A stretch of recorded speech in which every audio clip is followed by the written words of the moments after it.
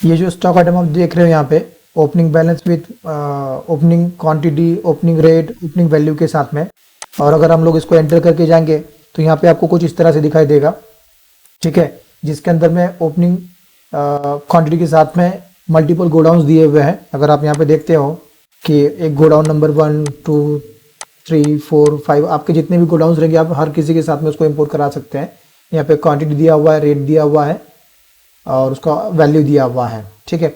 तो इस तरह से ये डेटा किस तरह कैसे इंपोर्ट किया जाए एक्सेल टू टैली, ये हम लोग यहाँ पे देखेंगे। Welcome, easy auto for Excel to Tally के डेटा कन्वर्टर वीडियो में आपका स्वागत है। यहाँ पर हम लोग देखेंगे कि हमारे पास में जो डेटा अवेलेबल है वो किससे है, उसमें कौन सी फील्ड्स अवेलेबल है।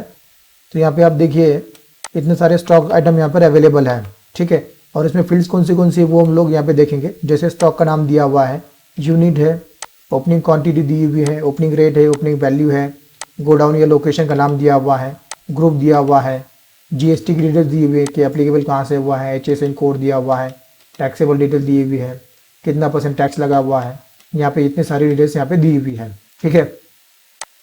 अब यहाँ से ये डेटा को easy auto four software through कैसे इंपोर्ट करेंगे वो हम लोग देखेंगे। जैसे आप डेस्कटॉप से इजी ऑटो फोर सॉफ्टवेयर चालू करते हो तो आपके सामने कुछ इस तरह से ये कंपनी सिलेक्शन का विंडो आ जाता है। यहाँ से आप कंपनी को सिलेक्ट कर लोगे। यहाँ पर मल्टीपल ऑप्शन दिए हैं, हमको स्टॉक क्रिएशन करना है तो यहाँ पे हम लोग स्टॉक आइटम में आ जाएंगे। यहाँ पर आके हम लोग यूज टेम्पलेट में क्लिक करेंगे तो ये हमारे सामने एक स्टॉक का टेम्पलेट ओपन कर देगा। ये हमारे सामने टेम्पलेट खुल चुका है। अभी आपके पास में दो ऑप्शन होते हैं कि आपका डेटा यहाँ पर कॉपी पेस्ट करा सकते हैं या मैपिंग करा के इंपोर्ट करा सकते हैं। अभी हम लोग कॉपी पेस्ट के लिए आपको दिखाता हूँ मैं। जैसे यहाँ से आपने ये फील्ड्स को कॉपी किया, ये फील्ड कॉपी किया, आपने यहाँ से कॉपी किया और यहाँ पे आके आपने उसको पेस्ट कर दिया, ठीक है। इस तरह से आप कॉपी पेस्ट करा सकते हैं। यहाँ से आपने उसका यूनिट कॉपी कर लिया, ठीक है, यूनिट कॉपी किया और यहाँ पे आके उसको पेस्ट कर दिया, ठीक है। तो इस तरह से कॉपी पेस्ट कर सकते हो, लेकिन कॉपी पेस्ट करोगे तो इसमें काफ़ी सारा टाइम जाता है या मिस्टेक होने के चांसेस हो सकते हैं। तो यहाँ पर मैपिंग के लिए भी ऑप्शन दिया हुआ है कि आप आपका डेटा इस टेम्पलेट के साथ में उसको लिंक कर लो या मैप कर लो, ठीक है। तो हम लोग मैपिंग का ऑप्शन देखेंगे। उससे पहले हम लोग देखेंगे कि इस टेम्पलेट में कौन सी फील्ड्स अवेलेबल है जो हम लोग इम्पोर्ट करा सकते हैं, ठीक है। तो मैं इसको क्लियर शीट कर देता हूँ, क्लियर शीट, ठीक है। अभी हम लोग यहाँ पे फील्ड्स कौन सी अवेलेबल है वो देख रहे हैं। यहाँ पे पहला कॉलम दिया हुआ है आइटम नेम के लिए, item description, part number, unit, alias, category, remark. उसके बाद में से ग्रुप के लिए कॉलम दिया हुआ है।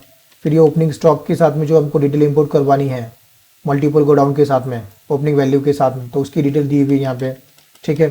फिर ये स्टैंडर्ड प्राइस लिस्ट के लिए ऑप्शन दिया हुआ है, वैल्यूएशन बिहेवियर दिया हुआ है, जीएसटी डिटेल्स हमको जो इंपोर्ट करवानी है, टैक्स का परसेंटेज वगैरह जो लगा के हमको इंपोर्ट करवाना है उसका डिटेल्स यहाँ पे दिया हुआ है, कमोडिटी दिया हुआ है यहाँ पर ये वैट की डिटेल्स दी हुई है। पहले वैट था तो उसमें यूज़ होता था। एमआरपी की डिटेल्स दिया हुआ है, अल्टरनेट क्वांटिटी के साथ में अगर इंपोर्ट करवाना है, अल्टरनेट यूनिट के साथ में तो वो दिया हुआ है यहाँ पर। बिल ऑफ मटेरियल का अगर कोई डिटेल्स इंपोर्ट करवाना है तो उसके लिए भी कॉलम्स दिए हुए हैं, ठीक है। तो इसमें इतने सारी फील्ड्स हमको दी हुई है। ये अभी हमको इतना तो इंपोर्ट नहीं करवाना, लेकिन सॉफ्टवेयर में इतने सारे ऑप्शन यहाँ पे अवेलेबल है, ठीक है। तो जितना हमको ज़रूरी है हम लोग उतना इंपोर्ट करवा लेंगे। बैच के लिए भी ऑप्शन दिया हुआ है, ठीक है ना, बैच डिटेल्स के साथ में, एक्सपायर डेट के साथ में हम इसको इंपोर्ट करा सकते हैं, ठीक है। तो अभी यहाँ पे मैपिंग किस तरह से करते हैं वो हम लोग देखेंगे। तो यहाँ से जैसे आप ये एक ऑप्शन देख रहे हो सेलेक्ट वाला, जैसे आप इसमें क्लिक करोगे तो आपके सामने एक ब्राउज का विंडो आ जाएगा जिससे आप आपका फाइल सेलेक्ट कर सकते हैं। तो ये जो मेरा फाइल खुला हुआ मैं इसको क्लोज कर देता हूँ, क्लोज, ठीक है। और यहाँ से मैं अरेंज कर लेता हूँ क्योंकि मैंने फाइल को पहले सेलेक्ट कर रखा है। इसको मैं अरेंज में क्लिक कर लेता हूँ तो फाइल यहाँ पर अरेंज हो जाएगा।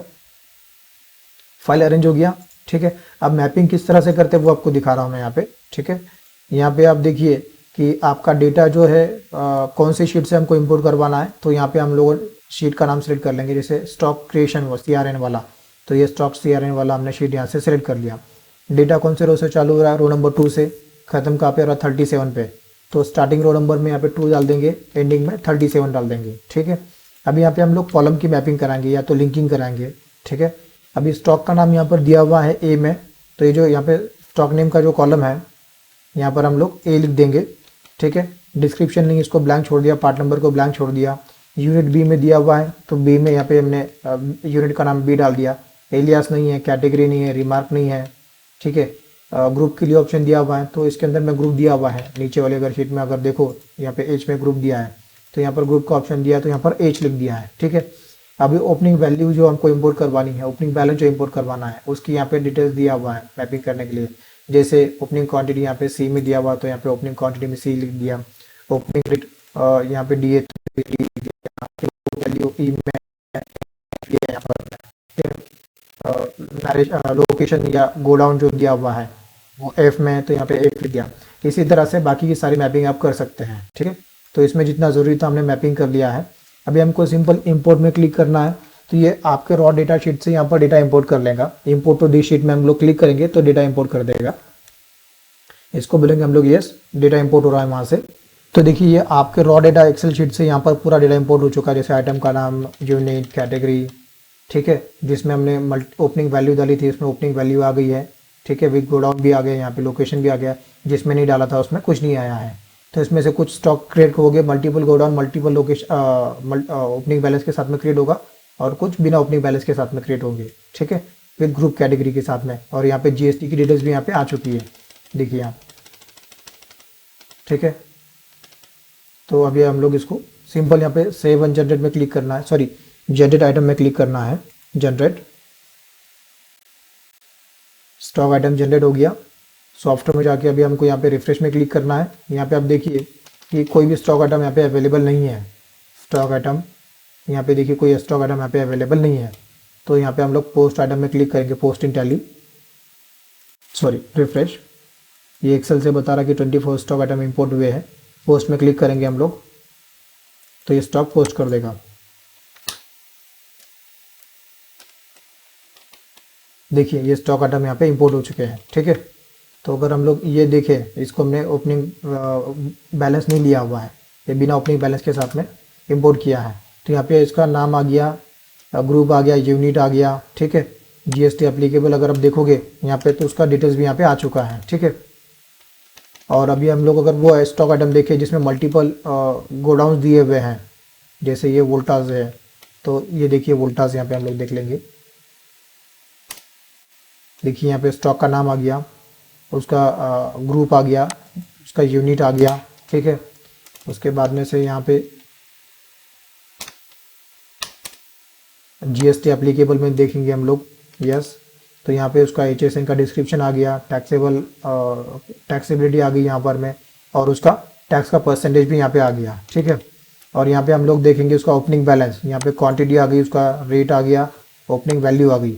अब इसको हम लोग जैसे एंटर करेंगे तो यहाँ पे आपको उसका बाइफरकेशन मिल जाएगा। तो इस तरह से आप इजी ऑटो 4 सॉफ्टवेयर के थ्रू आपके पास में जो भी स्टॉक आइटम है, आप opening balance with multiple godown के साथ में उसको किस तरह से क्रिएट करते हैं, अभी हमने इस वीडियो में देखा है। Thank you, please share and subscribe. Software का डाउनलोड लिंक डिस्क्रिप्शन में दिया है, तो वहाँ से आप सॉफ्टवेयर का डेमो वर्जन या ट्रायल वर्जन डाउनलोड करके देख सकते हैं।